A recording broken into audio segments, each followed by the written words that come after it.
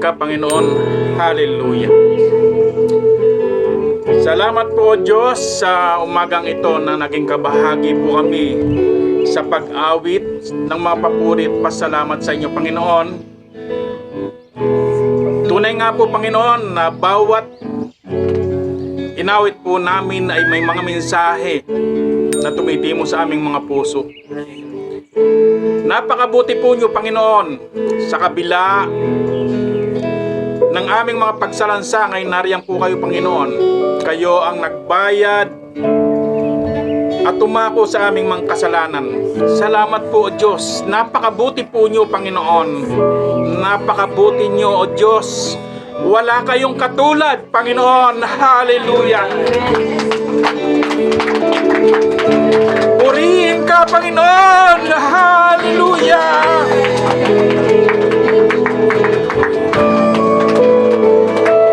Wala kaming dapat sambahin kundi tayong kayo lamang, O Diyos. Kayo lamang, O Diyos. Hallelujah. Tunay nga po, Panginoon, napakadakila nyo, Panginoon. Hallelujah. Ang lahat ng papuri at pasalamat ay tanging sa iyo lamang, O Diyos.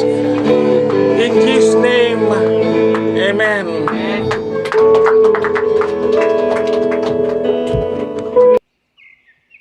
Last Friday po ay siksik at liglig talaga yung natamo nating pagpapala sa Panginoon.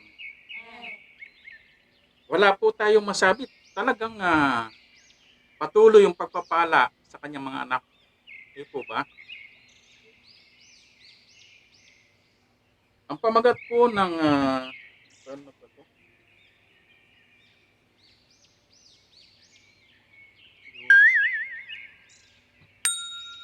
Ang pamagat po ng mensahe sa umagang ito ay giving and prosperity. Ang key verse po natin ay matatagpuan sa 2 Corinthians chapter 8 verse 9. Ang version po nito ay Contemporary English. Ang sabi po, you know that our Lord Jesus Christ was kind enough to give up all his riches and become poor so that you could become rich. And then dalawa po ito ayon sa John 10:10. A thief comes only to rob, kill, and destroy. Sabi po ng Panginoon, I came so that everyone would have life and have it in the fullest. Pwede po tayong tumayo. Tayo po'y manalangin.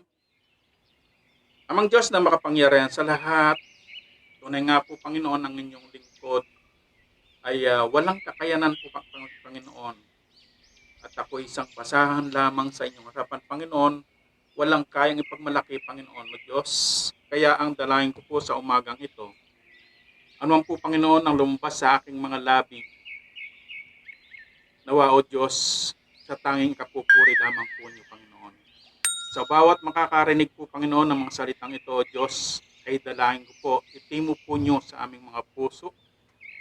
At ito po, Panginoon, ay may sa pamuhay po namin. I know, Lord, you will touch everybody. Itong church po na itong Panginoon ay patuloy mong pagpapalain. Kaya po, Panginoon, patuloy kong inihiling, O Diyos, ang proteksyon nyo at pagpapala sa aking mga kapatid na naririto. Kaya po, ang lahat ng dalangin ko ay sa pangalan ni Jesus, namin Diyos, at siya rin sa pagligtas. Kami po ay nagsasabi ng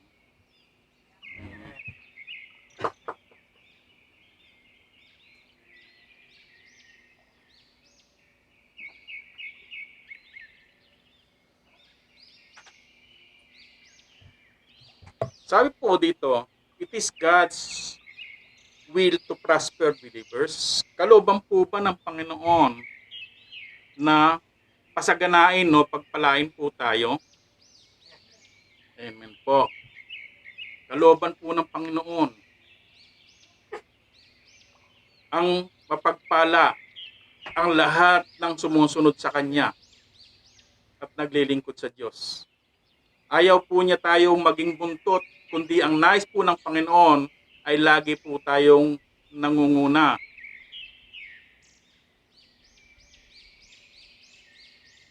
Ayon po sa 2 Corinthians chapter 8 verse 9, binasa po natin kanina. You know that our Lord Jesus Christ was kind enough to give up all His riches and become poor so that you could become rich. Bakit po kaya ganun ang Panginoon, no? Ninais po niyang maging kaawa-awa para lang maging sagana tayo. Di po ba napakabuti ng Panginoon?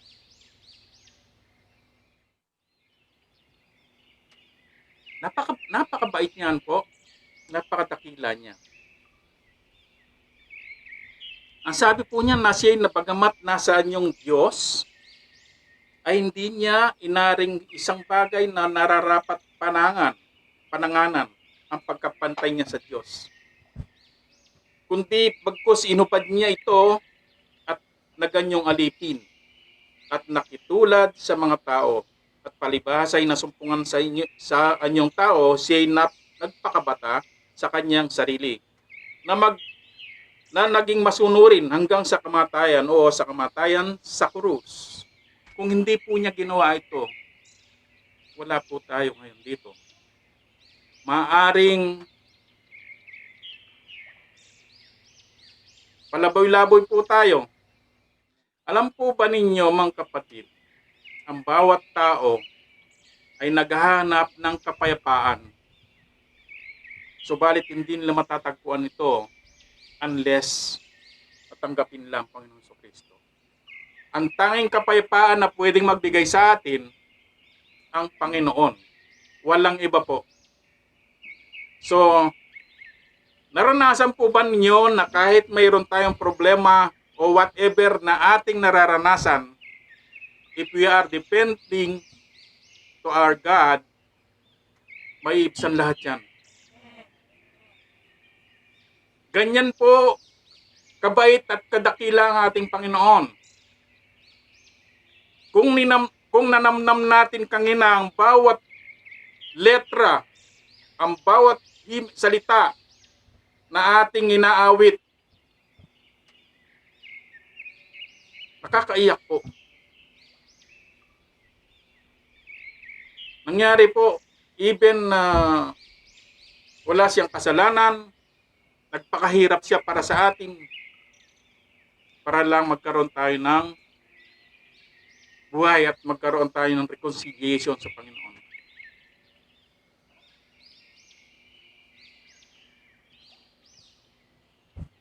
Sa John 10:10, ano po sabi niya? A thief comes only to rob, kill, and destroy. Yun lang po dumarating po ang pagnanakaw, yun lang po ang gagawin niya para sa atin. Magnakaw, pumatay, at pumuksa. Subalit, po ang Panginoon. Siya po'y dumating dito para tayo magkaroon ng buhay. At hindi lang po yun ang kasaganaan na ating matatamo sa piling ng Panginoon. Totoo po ba to? Amen. Amen. So sa Kanya lang po natin matatagpuan ito. Wala pong iba. Doon sa kabaligtaran niya, sa magnanakaw, no. Puro magandang salita ang maririnig natin na bulaan. Pero hindi natin mararanasan sa kabila. Kundi sa tanging Diyos na lumikha sa atin.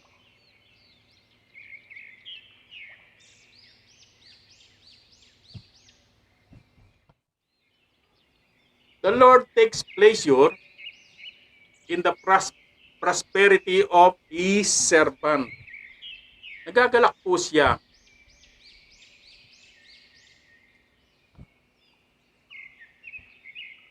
Hindi pa pa man natutuyo na ilamunan ko. Purihin po ang Panginoon. Sandali po.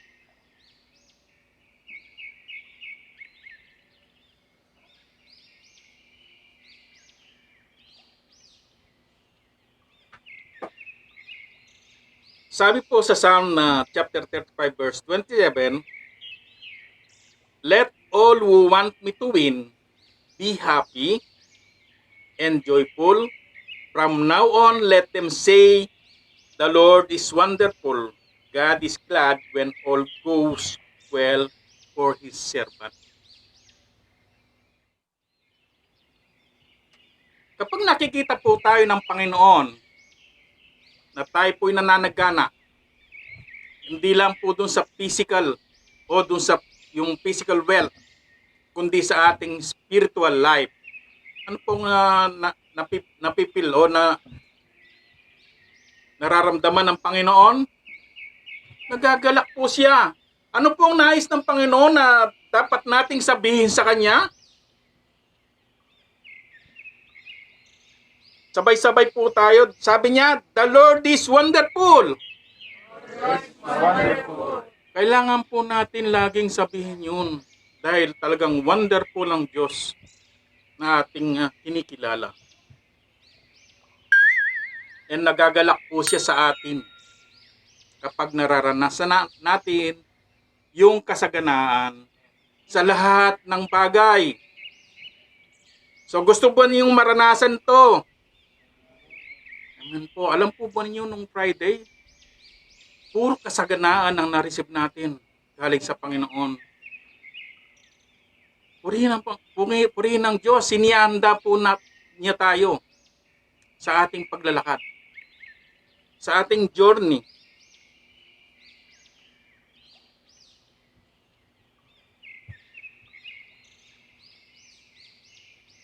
Si Jabez po, sabi niya, Jabez prayed that God will bless him and enlarge his territory and go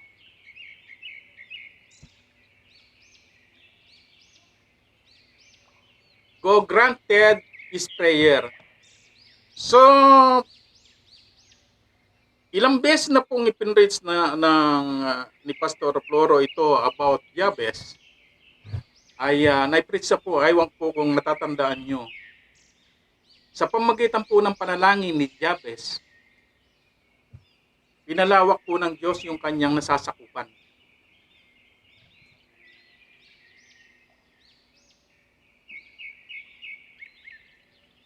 Si Jabez po ay isang pantog kaysa kanyang mga kapatid at tinawag ng kanyang ina ang kanyang pangalan na Jabez na sinasabi sapagkat pinanganak kang kung may kahirapan siya. Tayo po mga kapatid, nararanasan po natin na kung tayo nanalangin po tayo, of course, hindi po nawawala yung sa panalangin natin, yung pangailangan natin. Sinisiwalat natin sa Diyos, di po ba?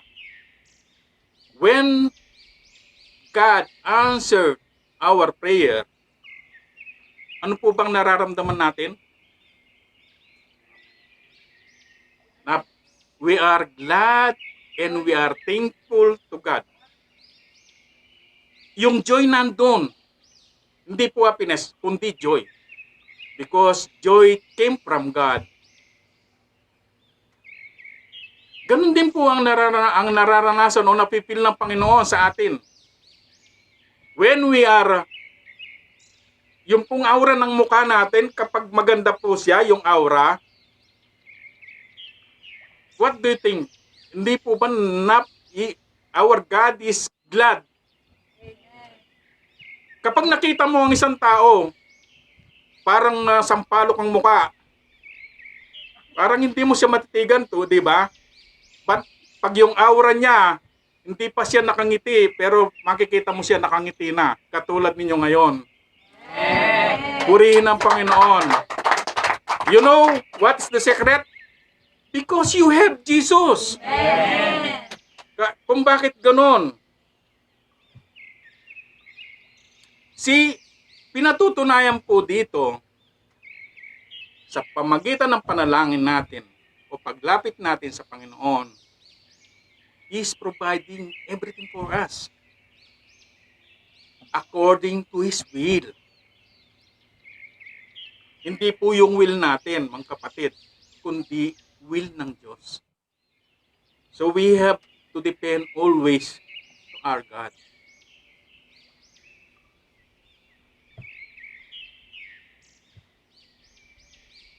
Puri ng Panginoon at napakarami po ko pong nararanasan sa aking katawan ng mga pagbabago. Kaya kung bakit laging nakakaiyak, ano po? Prosperity. Ano po ba ang kahulugan ng prosperity? Basahin po natin kung ano yung nakasulat. Sabi po niya, prosperity is the ability to receive and use God's power and resource to meet the needs of mankind. Yan daw po ang kahulugan ng prosperity. Napag-usapan po natin si Jabez, and then, ang sabi po dito, ang tao raw po ay mayroong physical needs. Nangangailangan po na tayo. Marami po tayong pangailangan. Minsan nandun na yung ibinigay na sa atin ng Panginoon, meron na namang kasunod na hinihiling tayo. Para bang hindi na matatapos yung lagi tayong hingi ng hingi. No po? But according to Acts chapter 3 verse 1 to 8,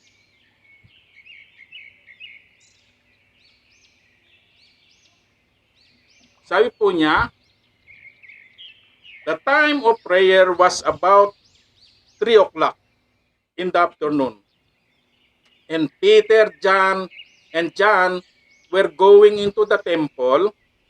A man who had been born lame was being carried to the temple door each day. He was placed beside this door, known as the Beautiful Gate. Ito po yung lame, ito po yung lumpon, di po ba? Binibitbit lang siya o binubuhat araw-araw doon sa gate na yon, doon sa temple. The man saw Peter and John entering the temple and he asked them for money. So ito pong taong ito, kaya po naroon po siya doon sa gate ng temple na yon dahil po nagbebeg siya ng money. Ibig sabihin, dukha po siya o begar. No po? Umaasa po siya doon sa ibibigay sa kanya para mabuhay. But they look straight at sisimulan ko. The man saw Peter and John entering the temple and he asked them for money. But they looked straight at him and said,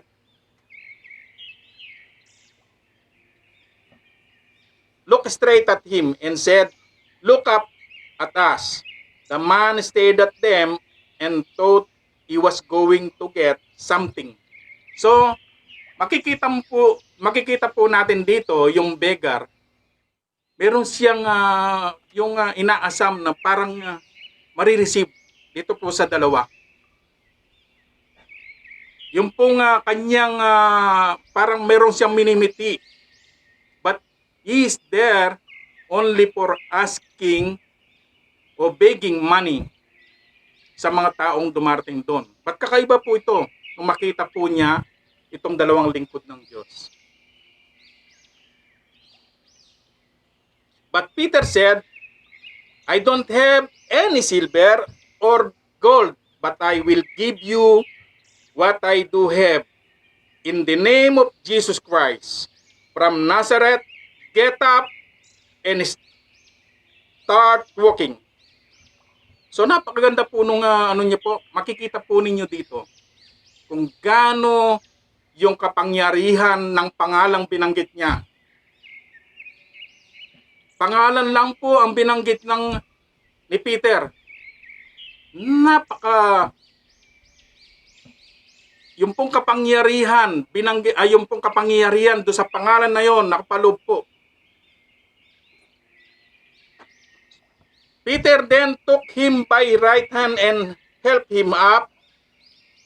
At once the man's feet and ankles became strong, and he jumped up and started walking. He went with Peter and John into the temple, walking and jumping and praising God.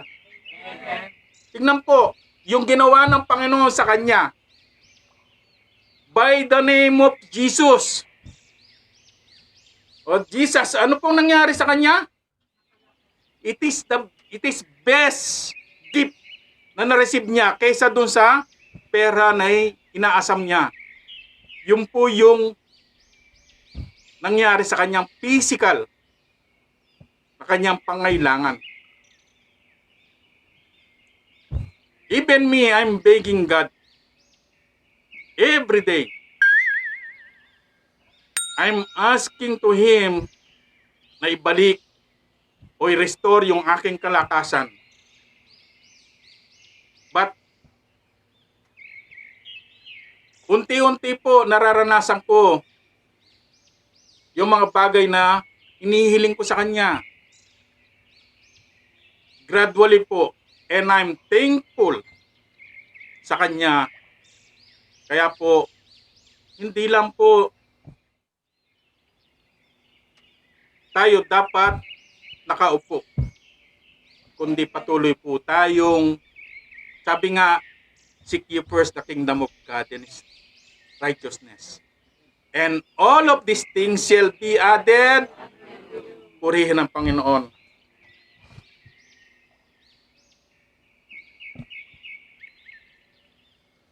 Ito po ay isang sample dito po sa beggar. And tingnan po natin yung sa Mark chapter 12 verse 41 to 44. Jesus was sitting in the temple near the offering box and watching people put in their gifts. He noticed that many rich people were giving a lot of money. Kasi po mayaman po sila, kaya pwede silang maglagay ng maraming pera doon sa natin, lalagyan. Po. Finally, a poor widow came up and put 2 coins that were worth only a few pennies. Jesus told his disciples to gather around him, then said, I tell you that this poor widow has put in more than all the others. Barya lang po yung ibinigay ng widow. Pero sinasabi ng Panginoon ay higit pa doon sa ibinigay niya kaysa doon sa mga mayaman. Bakit kaya? Everyone else gave what they did not need, but she is very poor and gave everything she had. Now, she doesn't have a cent to live on. So, ibig po sabihin, ang ginawa ng itong widow na to, kahit na hindi na niya inisip kung meron siyang kakainin, but he gave it all. Dahil alam ng widow na to na yung pinagbigyan niya ay ibabalik sa kanya na siksik at liglig. Sometimes, makikita po natin, when I was there in the other religion, pag inikot na po nila yung kung alin po yung kumakalansing yung pong ilalagay ko para naririnig nila. And it is mataas pa po ito po yung lalagyan, nandito pa po yung para makita lang nila na. Kaya po kung bakit sinabi ng Panginoon, mas mapalad itong widow. Kasi yun lang yung kanyang pag-aari o yun lang kanyang yaman. But he gave it. She gave it. Idinrap po niya doon. when we are serving God, kailangan po nating ibigay na lahat. Sa paglingkod po natin sa Panginoon. And alam po ng Panginoon yun. Wala po tayong maililihim. Bakit kailangan pa natin ibigay partially? And we are telling, di ko kaya. Lagi tayong merong alibay sa paglilingkod sa Panginoon. What I said, ano po sinasabi ko lagi sa aking panalangin? Kahit na ganito yung naging sitwasyon ko, hindi ako titigil sa paglilingkod. Kasi po siya po yung source of everything.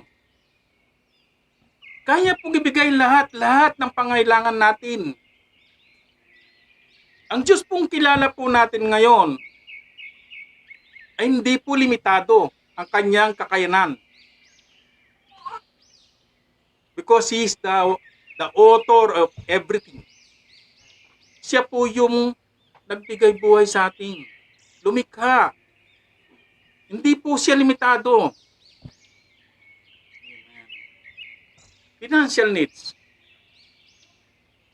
Lahat po tayo, dahil tayo nabubuhay dito sa lupa,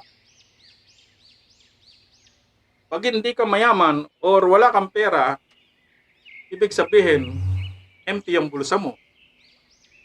So, ibig sabihin, kailangan natin maghanap buhay. Ayon po sa Revelation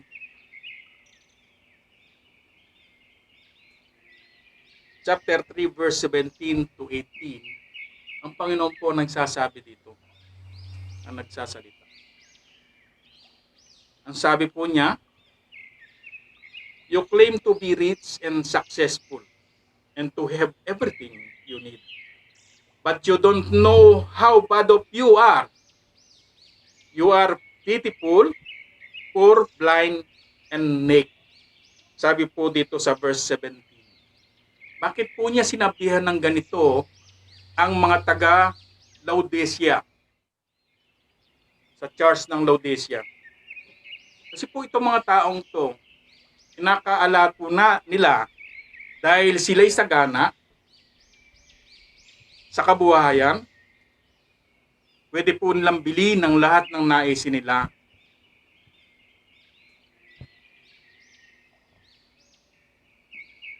But sa kanilang paglilingkod sa Panginoon, hindi po sila mainit, hindi po sila malamig.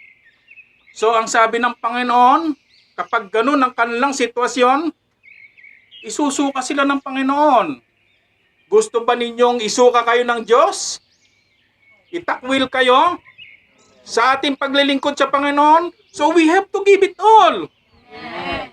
Lahat ng kakayanan po natin, ibigay po natin sa Panginoon sa paglilingkod. We are already here. We are not wasting our time. Huwag po natin i-waste ang ating time. I-give po natin yung the best tulad nung ginawa ng widow. Na yun lang ang kanyang kayamanan, but she gave. When we have time, mga kapatid, especially sa pag-aaral na ini-offer ng church dito sa Saudi Arabia, we have to grab it. Bigyan po natin ng oras to, mga kapatid. Pag nakarating kayo sa Pilipinas, may bayad lahat yan. Magbabayad po tayo. But dito, it is free. Sinasabi ko po sa inyo ito dahil naranasan ko po sa Pilipinas na nais kong mag-aral. Wala akong pera. So I'm out. Wala akong malapitan. Nahihiya ako. Because pride is there.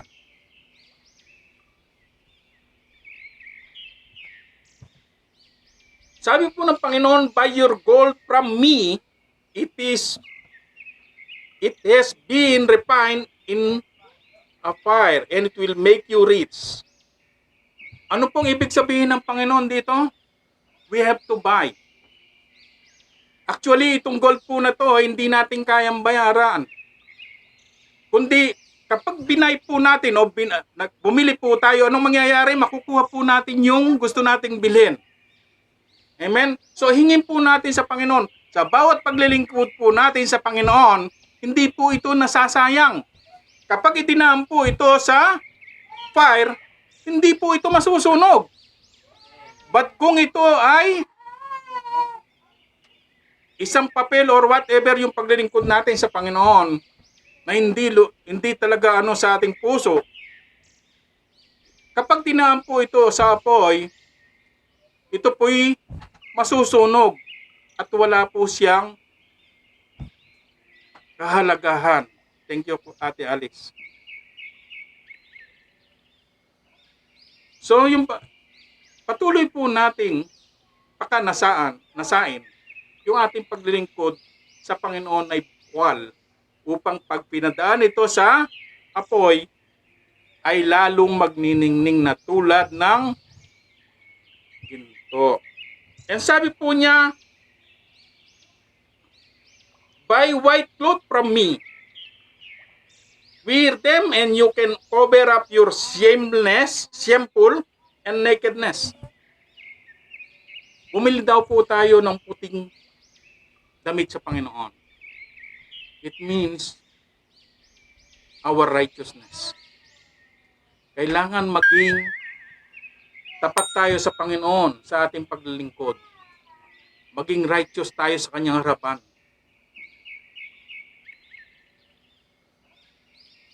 Kuya, hindi ko kaya yan eh. Pakasalanan ako eh. No, lininis na po tayo ng Panginoon. We have to claim it na lininis po tayo, and in front of Him, we are righteous. Kaya po natin gawin ang lahat ng bagay na yan. Hanggat nandyan po ang Panginoong Jesucristo sa atin. We can do all things through Christ, na siyang nagbibigay ng kalakasan sa bawat isa sa atin. Buy medicine for your eyes so that you will be able to see. So kailangan po mag-aral po tayo ng mag-aral, mga kapatid. Magbasa tayo ng magbasa ng salita ng Panginoon upang mabuksan po ang ating mga mata na binulag ng sanlibutan ito. Sa pamagitan po ng ating pagbabasa, pagtinig ng salita ng Panginoon, pag-aaten ng mga dapat tungkol sa Panginoon, magbubukas po ang ating mga mata at lilinaw ito. And makikilala natin kung sino talaga ang Diyos na ating pinaglilingkuran. Alam po ba ninyo, sabi ko nga, at doon sa mga pastors na nagtuturo sa amin, ang sabi ko, yung mga napag-aralan ko, it is enough.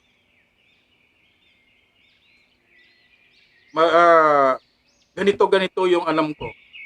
But, no. Mali pala po pala yun. Hanggat nabubuhay tayo, kailangan nating mag-aral at tuklasin kung sino talaga ang Panginoon. Wala po siyang katapusan. Yung pag-aaral po natin, maging ang paglilingkod natin sa Panginoon, wala pong retirement. Kaya po, sa trabaho natin, pag edad natin 60 or 65, mag-retire na tayo, makakakuha na tayo ng benepisyo. Pero sa paglilingkod sa Panginoon, while we are serving God, the benefit is there. Lahat po ng provision ng Panginoon ay malalasap po natin. Dito pa lang sa lupa, mga kapatid. Mararanasan na natin yan.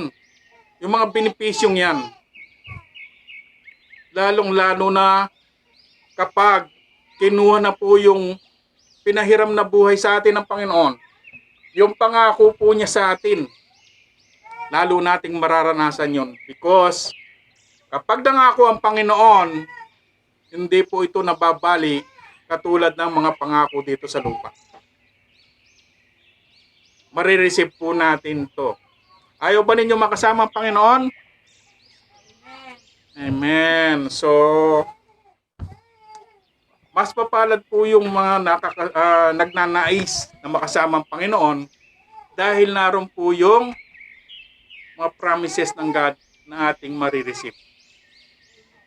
Makikita po natin dito yung physical needs and financial needs. So, kailangan po natin to dito po sa lupa. Matthew 17:24 to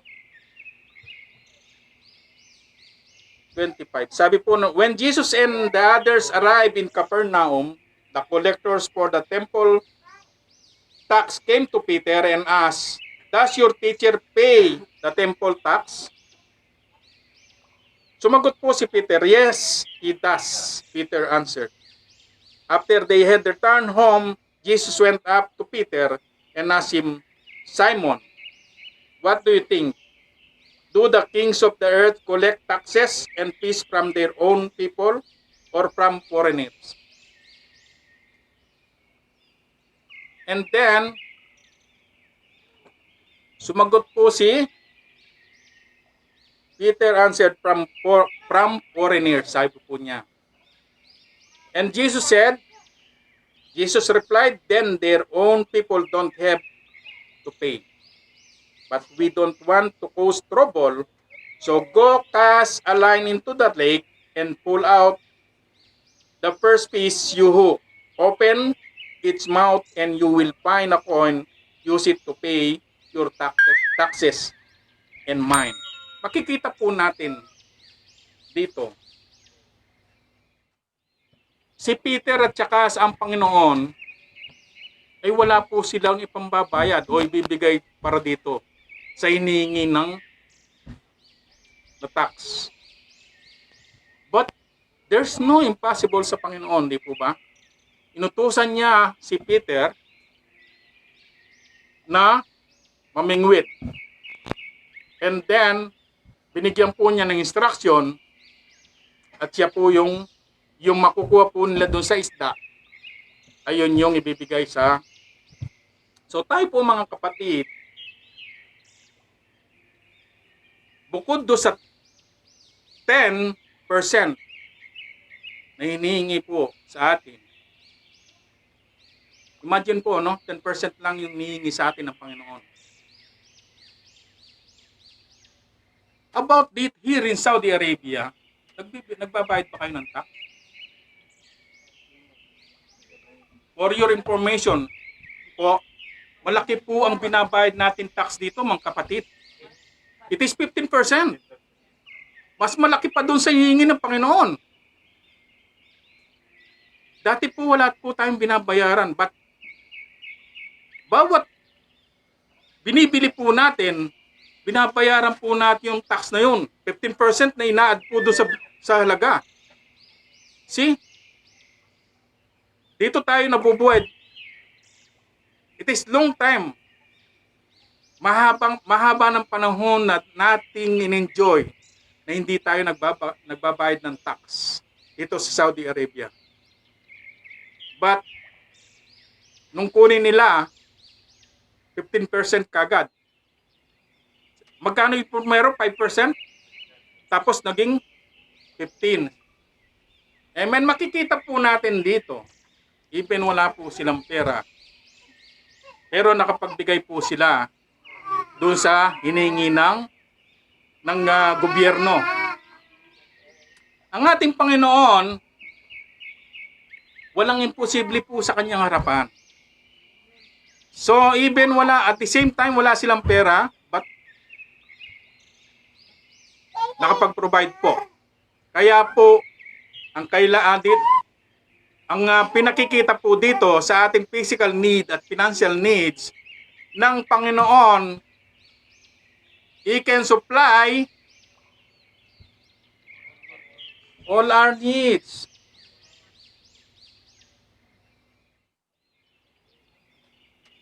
Sabi po, "But my God shall supply all your need according to His riches in glory by Christ Jesus." Makikita po ninyo doon, dito. All your need, sabi po niya. Pag binasa po natin to, palitan po natin ng may, sabay-sabay po nating basahin. But my God, all your... Purihin ang Panginoon. So, wala pong imposible sa Panginoon. Lahat po ng pangangailangan natin, He can supply it. Kahit ano pa po yan. Marami po ang nakaranas dito na wala po siyang kakayahan o kakayanan na mabayaran yung mga bagay na yon o mabili o lahat ng pagkakautang niya. But because we have God, He's the one who supply everything for us. Anong kailangan natin? Ipanalangin natin. Hingin natin sa Kanya. Because our God, hindi po siya beggar. Kundi siya po yung pinakamayaman. Wala siyang katulad.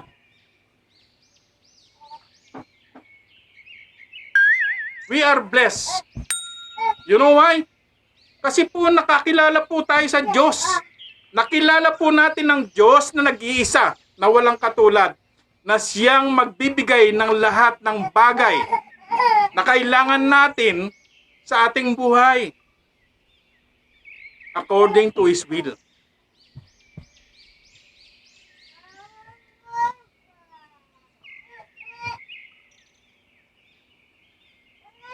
The key to prosperity. Meron palang susi ito para sumagana po tayo. Gusto po ba ninyong malaman ang susi nito? Amen. Alam po ba ninyo, mga kapatid, even since nung magsimula tayong tanggapin ng ating Panginoon, He poured all the blessing with us. Patuloy niyang binubuhos, at lalo po niyang ibubuhos ito kapag lalo natin siyang nakikilala. Kaya kailangan kilalanin natin siya ng gusto. It is the key. Kailangan pong malaman natin yung key para patuloy nating makuha yung para sa atin. Meron po para sa atin na nakatalaga-talaga. Alam po ba ninyo, kukwentuhan ko yun ng meron pong Bible study leader. Nagpupunta po siya doon sa kabilang baryo. Naglalakad po siya. And then sa paglalakad niya, weekly yung Bible study niya, alam po ninyo sa probinsya, hindi naman po kami po ay umaasa lang sa bukid. Bihira po yung nagtatrabaho sa mga opisina doon. Magbubukid po kami. So, napakahirap pong bumili o may provide yung sinelas. Kaya karamihan nakayapak lang, tapakan. So, yung nagbibs po na yon, sa kalakad ay lumabas na po yung nabutas na po yung sandal. And then sabi nung bakit ganito itong lingkod ng Panginoon? Yung sakong wala, butas na yung And then dumating po yung time na siya po ay kinuha ng Panginoon. Ano lang po ito kwento Hindi po nakasulat sa Bible ito. Nung makita po niya yung mga bike at saka sinelas nandun po, sabi niya, nandito lang to, nakatambak lang sa storehouse. Bakit hindi ako binigyan ng Panginoon? Alam po ba ninyo, mga kapatid, bawat isa sa atin ay mayroon na talagang nakatalaga sa atin. Anong kailangan natin? Tingin po natin to. Yung susi na yan, siyang magbubukas doon sa mga para i-pour out sa atin. So, hingin po natin sa Panginoon. Huwag po natin sisihin ang Panginoon.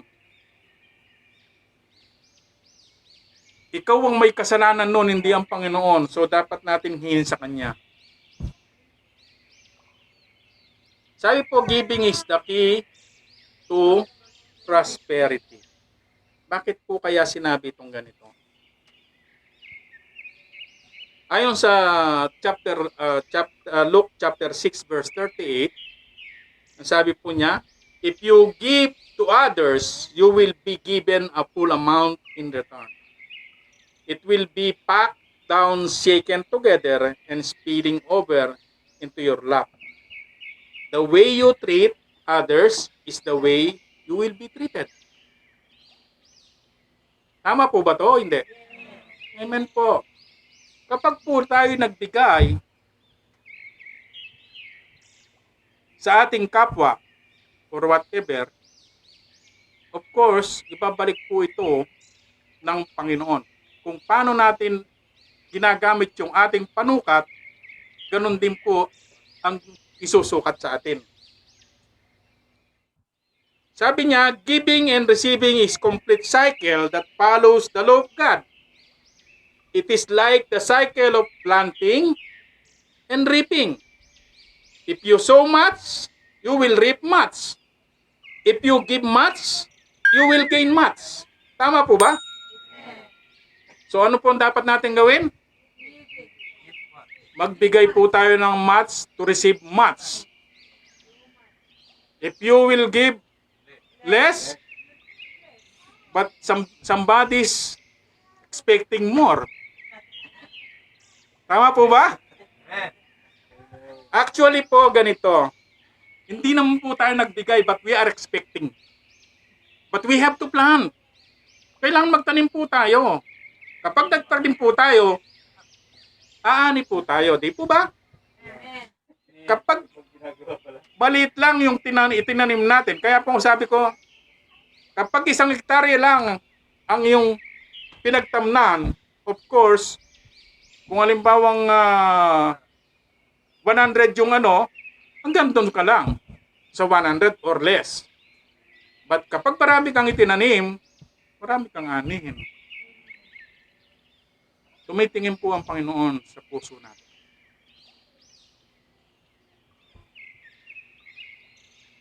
Second Corinthians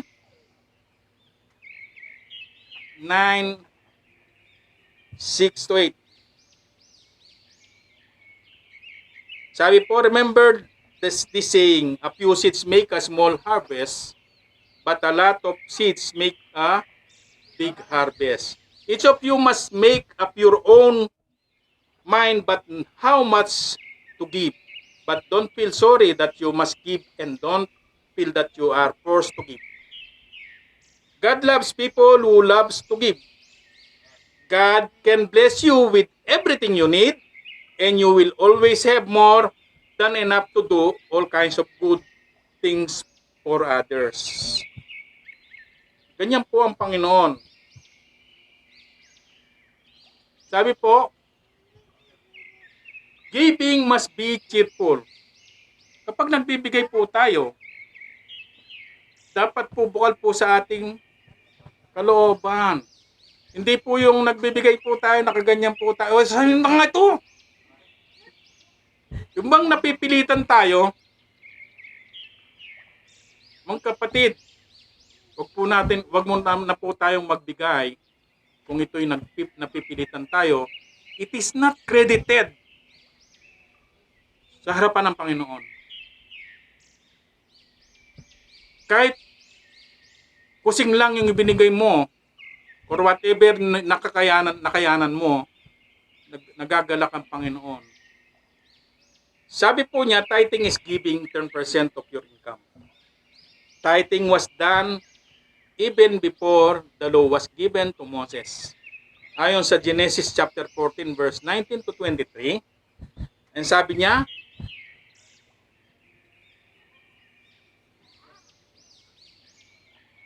sabi po niya sa 14:19 to 21, and said to Abram, I bless you.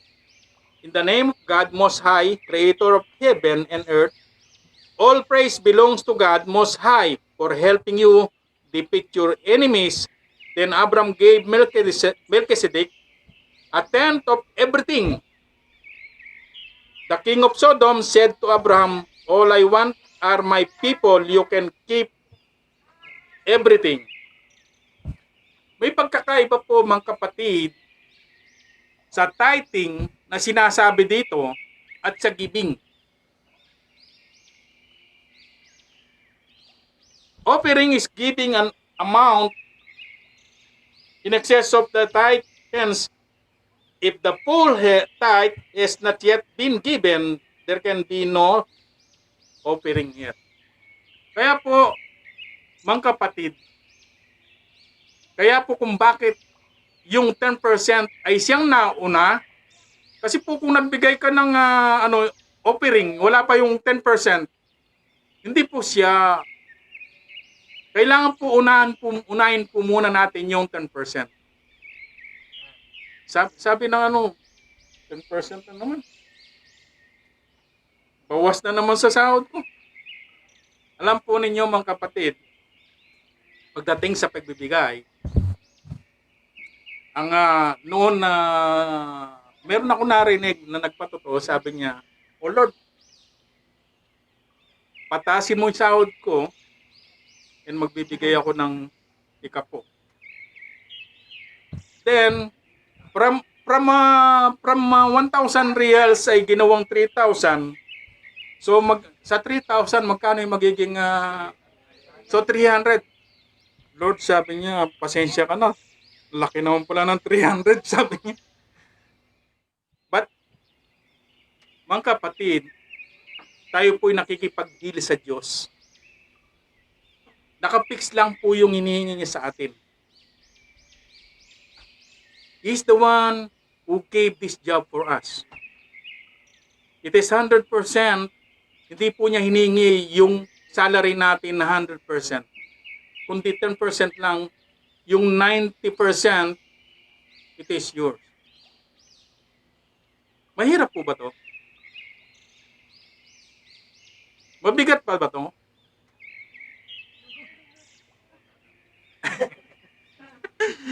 Amen po.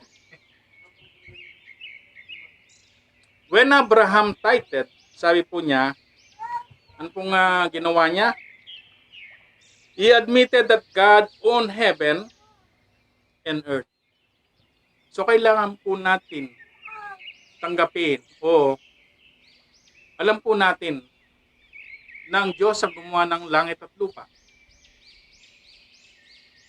Kung saan tayo ay nabubuhay ngayon at tinatamasa yung mga blessings na binibigay ng Diyos. Correct po? Kinilala po na Abraham that he won the battle because God enabled him. Kung di pinantulutan ng Panginoon na siya ay malupig niya ang kanyang mga kaaway, ano pong nangyari siya kay Abraham? Patay, wala na siya noon. Defeated siya.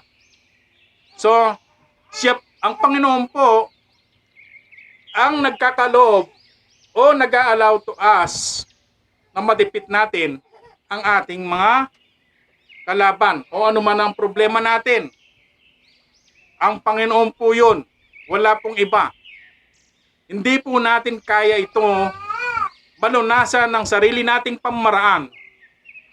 Kundi we have to depend with our God.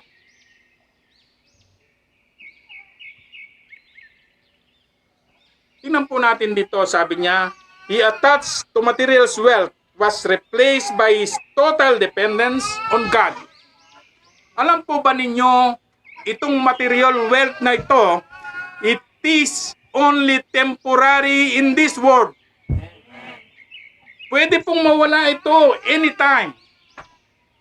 But when we will depend to our God, wala pong imposible sa Kanya.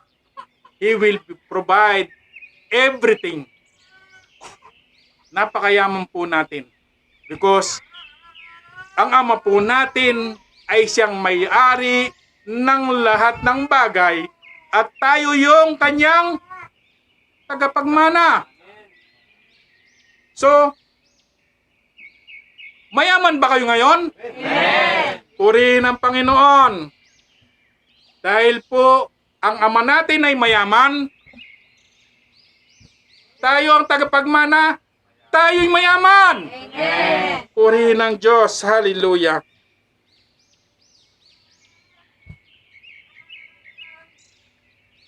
Sa Genesis chapter 14, 20 to 23, Abraham answered, "The Lord God Most High made the heavens and earth, and I have promised him that I won't keep anything of yours, not even a sandal strap or piece of thread. Then you can never say that you are the one who made me rich." Tingnan po ang ni Abraham. Tingnan po natin tong Hebrew chapter 7 verse 1 and 2.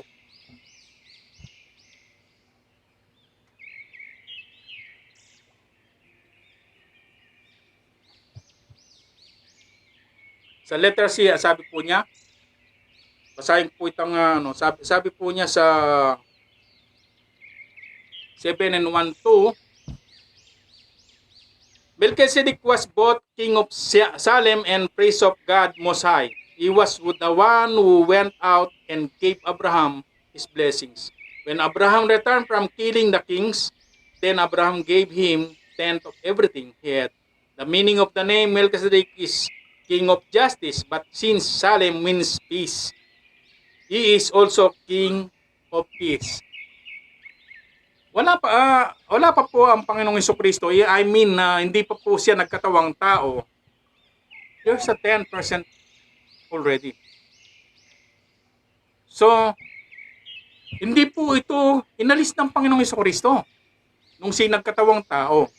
It is still na siyang ginagamit po upang pag-spread ang salita ng Panginoon.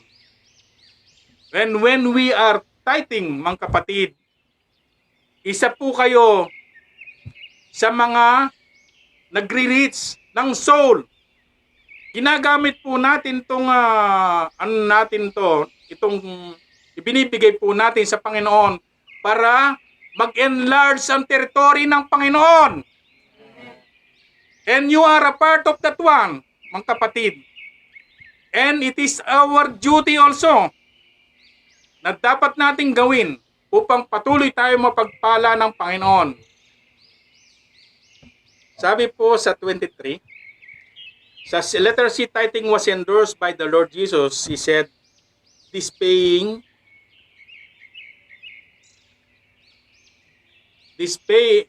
tithes, you ought to have done. Kailangan pong mangyari ito.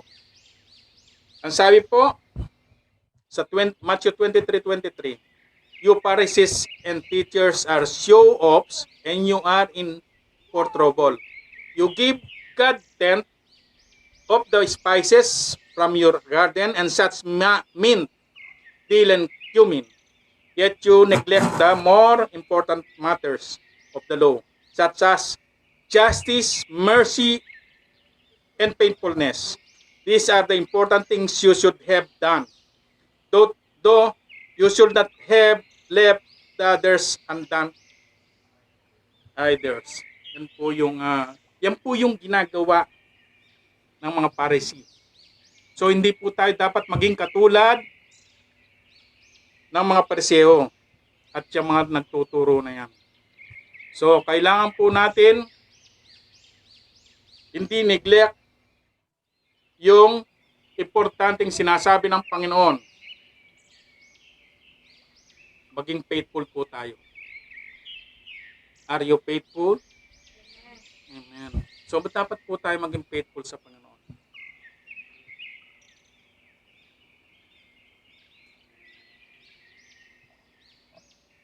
Dapat po, ano daw po maranasan ng mga nagbibigay? Maging cheerful giver. Hindi po yung nakaganyan yung tog, sabi ng barya.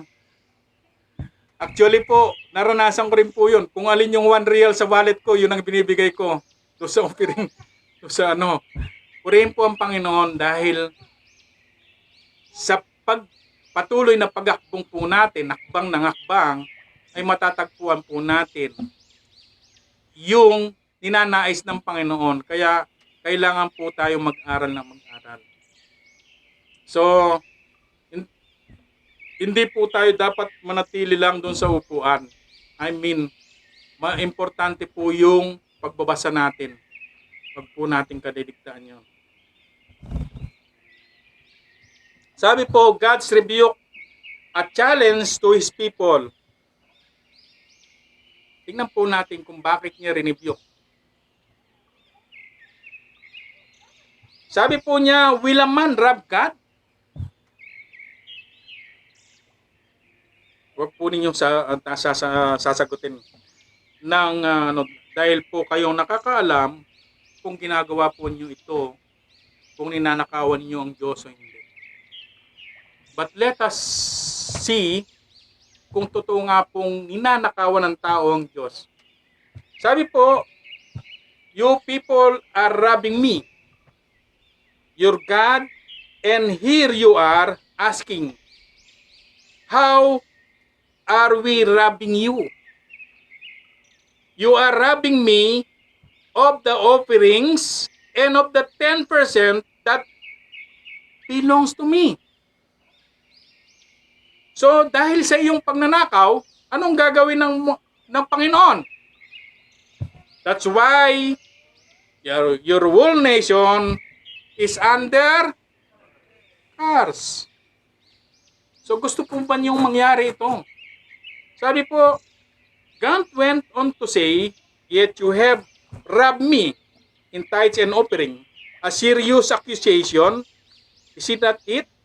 When a believer does not pay his tithes and offering, he is robbing God. Magnanakaw po ako dati. Dahil hindi ko po alam ito, mga kapatid. And dahil sa pagtayo ng mga kapatid dito at sa aking pagbabasa at aking pag-aaral, that we have to know kung ano yung nais ng Panginoon sa atin. Ninanakawan ko pala ang Diyos, hindi ko alam. Kaya po pala, laging wala. Merong pera, pero wala naman laman sa bulsa. Amen po. Purihin ng Panginoon.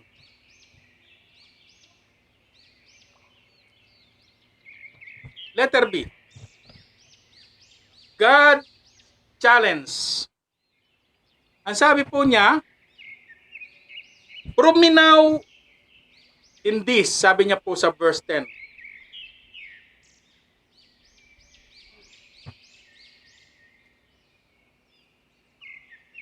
Ang sabi po niya, I am the Lord, all powerful, and I challenge you to put me to test. Bring the entire 10% into the storehouse, so there will be food in my house.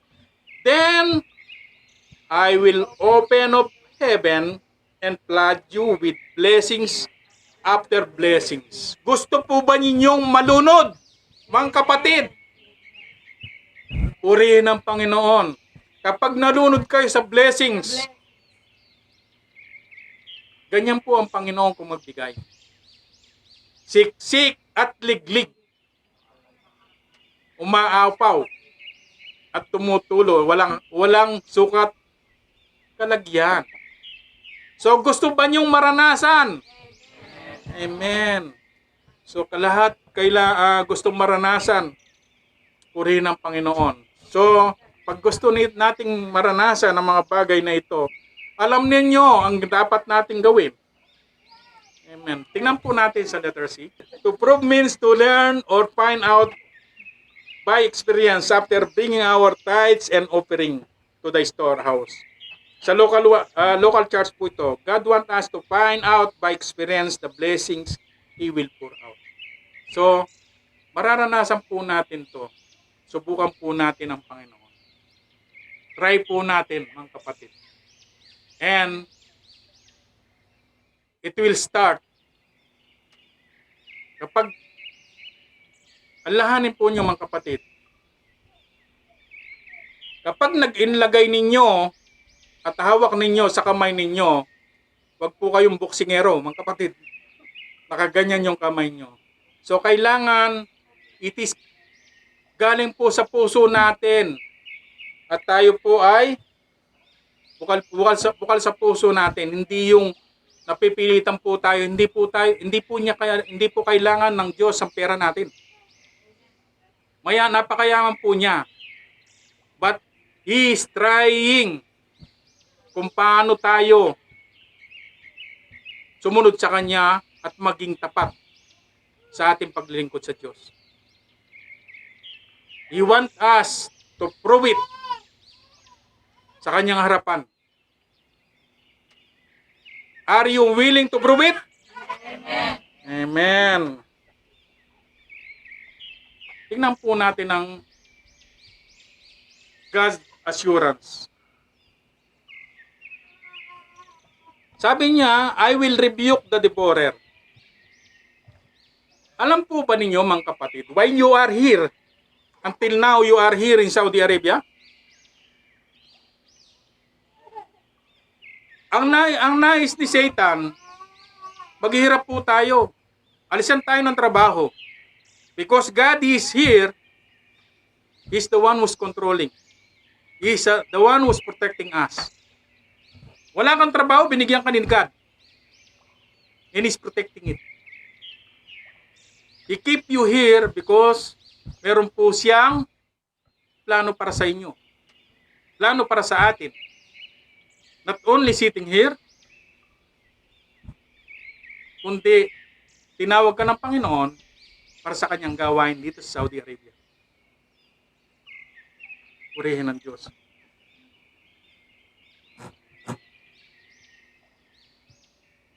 Sabi po niya sa Malakay 3:11, I will also stop locusts from destroying your crops and keeping your vineyard from producing. Alam po ba niyo, mga kapatid, there's some circumstances na lumalabas yung pera natin. But because we have God, He's protecting everything. Ayaw niya tayong maghirap. That's why this is a promise of God. Promise po niya ito pag sinunod po natin yung nais niya. Wala kang trabaho, bibigyan ka ng trabaho. Wala kang kahit na ano, bibigyan ka. Ayon sa kanyang kalooban. Marami pong nakakaranas and I'm one of them. Kung paano tayo pinagpapala ng Panginoon. Pinagpala po ba kayo ng Panginoon? Amen. Purihin ang Panginoon. Hallelujah. Sabi po niya, I will rebuke the devourer. The Lord promised to the believer who gives his tithes and offerings that the Lord will rebuke the devourer. This means that the Lord will prevent Satan and his evil spirits from destroying the believers' fruit and sources of income. Yan po ang promise ng Panginoon. So gusto ba niyong maranasan ito? Amen. He will protect you.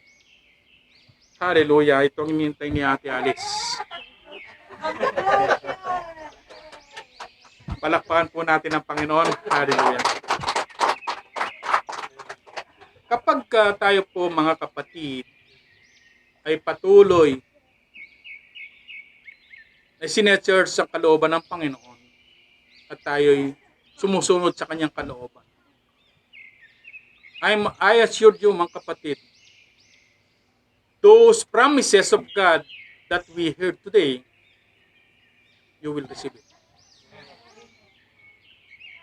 Kaya po, mga kapatid, I challenge you and God challenge us na sumunod po dun sa kalooban ng Panginoon and be faithful sa paglilingkod sa Panginoon. Tayo po tumayo. Purihin ng Panginoon. Palakpak po natin ang Panginoon.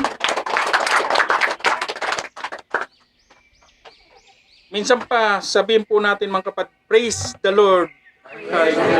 Thank you, Lord. Thank you, Lord. Tayo po'y manalangin. Aming Diyos na makapangyarihan sa lahat. Maraming pong salamat sa mensaheng ito, Diyos, na patuloy mong inaalis ang aming pagkabulag, Panginoon. Amang Diyos, patuloy nga lamang niyong ipuin ang bawat isa sa amin, Panginoon, na maging tapat sa paglilingkod sa inyo sa lahat ng bagay, Panginoon. Yung pinagkatiwala po niyo, Panginoon, sa amin, O Diyos, ay magampanan po namin na may katapatan, Panginoon. Nawa lahat po ng aming gagawin ng physical na katawan na ito ay tanging sa ikapupuri lamang po niyo, Panginoon. Maraming salamat po, Panginoon, sa mga kapatid kong naririto, O Diyos. Ang dalangin ko po, Panginoon, ay maranasan nila ang proteksyon na galing sa inyo, Panginoon. Hindi lang po sila, O Diyos, kundi pati sa kanilang mga mahal sa buhay sa Pilipinas, Panginoon. Protect them, O Lord. Hallelujah. Ano ang pong karamdaman, naranasan nila, Panginoon. Alam ko po, Panginoon. Let them experience the healing from you, O God. Hallelujah, in Jesus' name. Maraming salamat po, Panginoon. Palayain po niyo, Panginoon, sa bandage ng kahirapan ng bawat isa na naririto, O Diyos, maging ang kanilang mga mahal sa buhay. Ito po, Panginoon, ay magaganap dahil po, Panginoon, kami inyong anak, O Diyos. Hallelujah. Purihin ka, Panginoon. Panginoon, hallelujah. Maraming salamat po, O Diyos, sa umaga pong ito, Panginoon. Inihiling po, Panginoon, patuloy niyong ibuhos ang mga blessings na nanggagaling sa inyo, sa mga kapatid kong narito. Maraming salamat po, O Diyos. Tunay nga po, wala kaming dapat papurihan, kundi tayong kayo lamang. Kaya po, Panginoon, kaming lahat, Panginoon, ay dumadalangin at tumihiling sa inyo sa pangalan ni Jesus, naming Panginoon at sariling tagapagligtas. Kami po ay nagsasabi ng Amen! Hallelujah. Amen. Praise the Lord. So, purihin po ang Diyos sa kanya pong mensahe. Alam niyo po, mga kapatid, last Friday, nagkaroon tayo ng EGR at dahil po sa limited time, ay mga ilang subject po yung na-omit do sa ating EGR. And purihin po ang Diyos. Alam nyo, isa sa mga subject po na tinanggal ng Lord nung Friday, it's about finances. At isa sa mga buod po ng ng subject na yon nung nawala sa atin nung Friday ay ito pong message ng Lord ngayon. Amen? Amen. So, hindi ba nyo napapansin ng kinukumpleto ng Lord? Amen? Amen. Mayroon po doong topic na from curse to blessing. Tanda pa po ba niyo yun? Amen. At narinig nyo kanina sa Malakay 3:10, sabi ng Lord, that's why you are under curse. Amen? Amen. And why? Bakit daw we are under curse? Sabi ng Lord, because we are robbing God. We are not giving Him a tithe. Amen? Alam niyo po, ito pong tithing, sinasabi nung iba, noon lang yung unang panahon sa Old Testament kasi we are no longer under the law. It's false, mga kapatid. Although sinasabi natin, we are under grace, we are in the new covenant, we are in the New Testament. Nabasa niyo po ba yung sabi kanina ng Panginoong Jesus? Matthew 23 verse 23. Sabi niya, you ought to have done these things, but you should not left the other things undone. Ang binibigyan pansin po ng Panginoon Jesus sa Matthew 23:23 kasi po ito, alam niyo, itong mga Israelites, ang tawag doon, napakahigpit nila pagdating sa giving, pagdating sa 10%. Di ba binanggit pa doon ng Panginoon Jesus, kayo nga kahit mga spices, alam niyo yung mga spices, yung ginagamit natin sa pagluto, dill, cumin, yung mga paminta. Sabi niya, alam niyo itong mga spices, binibigyan niyo pa rin ng ikapo. Sa higpit ninyo, sabi niya, yun yung rebuke niya sa mga Pariseo. Sabi niya, kahit yung paminta, yung mga cumin, binibigyan nyo ng 10%. Pero nalilimutan nyo yung great weight of the law, which is faithfulness, mercy, and yung isa? Yung justice. Sabi ng Panginoon Jesus, Ito ang dapat muna ninyong mas binibigyan nyo ng pansin, yung justice, mercy, and faithfulness. Pero huwag naman ninyong iiwanan, huwag nyong kakaligtaan itong pagtatites. Sabi ng Panginoong Jesus, hindi niya inano yun eh. Hindi niya ninalify, hindi niya sabi ng iba, wala na yan, na inalis na yan ng Panginoong Jesus. No, hindi po. Kasi yung mga parseyo, doon lang sila mahigpit. Hindi sila hindi sila yung justice, yung faithfulness, yung mercy, wala sila noon. Basta makapagbigay sila ng 10% ng kanilang mga inaani sa kanilang mga likod bahay, okay na. Akala nila nasusunod na nila mismo yung batas. But hindi po. Pero ano naman yung kapalit noon sa kahigpitan nito mga Israelita sa pagbibigay? Bakit ngayon doon tayo nagpupunta sa kanila? Bakit doon tayo nagke-caregiver sa kanila? Bakit walang Israelita na mahirap? Di ba nyo naiisip nyo yun mga kapatid? Pumunta kayo doon sa bayan ng Israel kung mayroong namamalimos. Wala po kayong makikita. At sino yung pinakamayayamang negosyante sa buong mundo? Puro lahing Hudyo. Si Bill Gates lahing Hudyo. Yung may-ari ng Colgate Palmolive, mga lahing Hudyo, yung Coca-Cola. Bakit gustong ipapatay ni Hitler, paubos ang mga Hudyo noong unang panahon? Kasi napansin ni Hitler, dumarami ang mayayamang Hudyo sa Germany. Sila yung mga number one business owner noong time na yon. Yun po ang dahilan kaya gustong ipaubos ni Hitler ang mga Hudyo. Kahit saan pumunta itong mga Hudyo, kahit saan sila magnegosyo, nagpo-prosper yung kanila pong negosyo. Bakit po? Kasi po sila, ang number one sikreto nila, hawak-hawak nila yung sinasabing susi, yung tithings. Ang sabi ng Panginoon kanina sa 3:10, sabi niya, you are robbing me because of tithes, of your tithes. That's why your nation is under curse. Anong nakikita nyo po sa ating bansa? Sabi ng mga Arabo, ang gagaling ninyong mga Pilipino, ang dami nyong resources, hindi kayo disyerto. Kahit saan kayo magtanim, sumisibol. Di po ba? Wala naman disyerto sa Pilipinas. Kunting magtanim ka lang, sisibol, bubunga ang halaman. Pero bakit mahirap po ang bansang Pilipinas? Ito po yung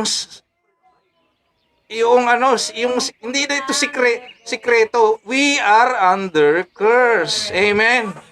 But we are blessed mga kapatid kasi natuto tayo, napapag-aralan natin sa Bible yung bang nare-realize natin, yun pala yun.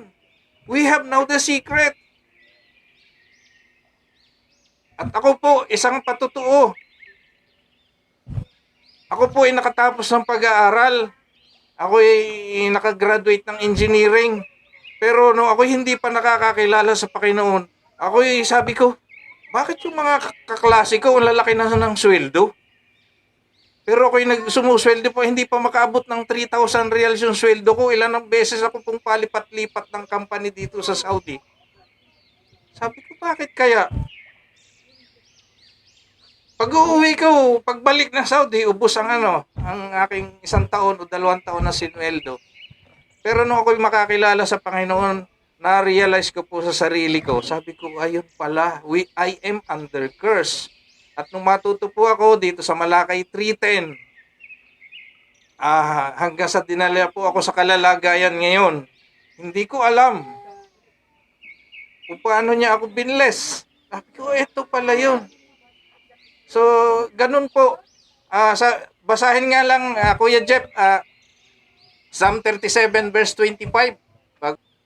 Sabi po ito ni Haring David, sabi niya, mulang pagkabata, ngayong tumanda na, sa tanang buhay ko'y walang nabalita na taong tapat sa Diyos sa taong tapat ang Diyos nagpabaya o ang anak niya'y naging hampas lupa.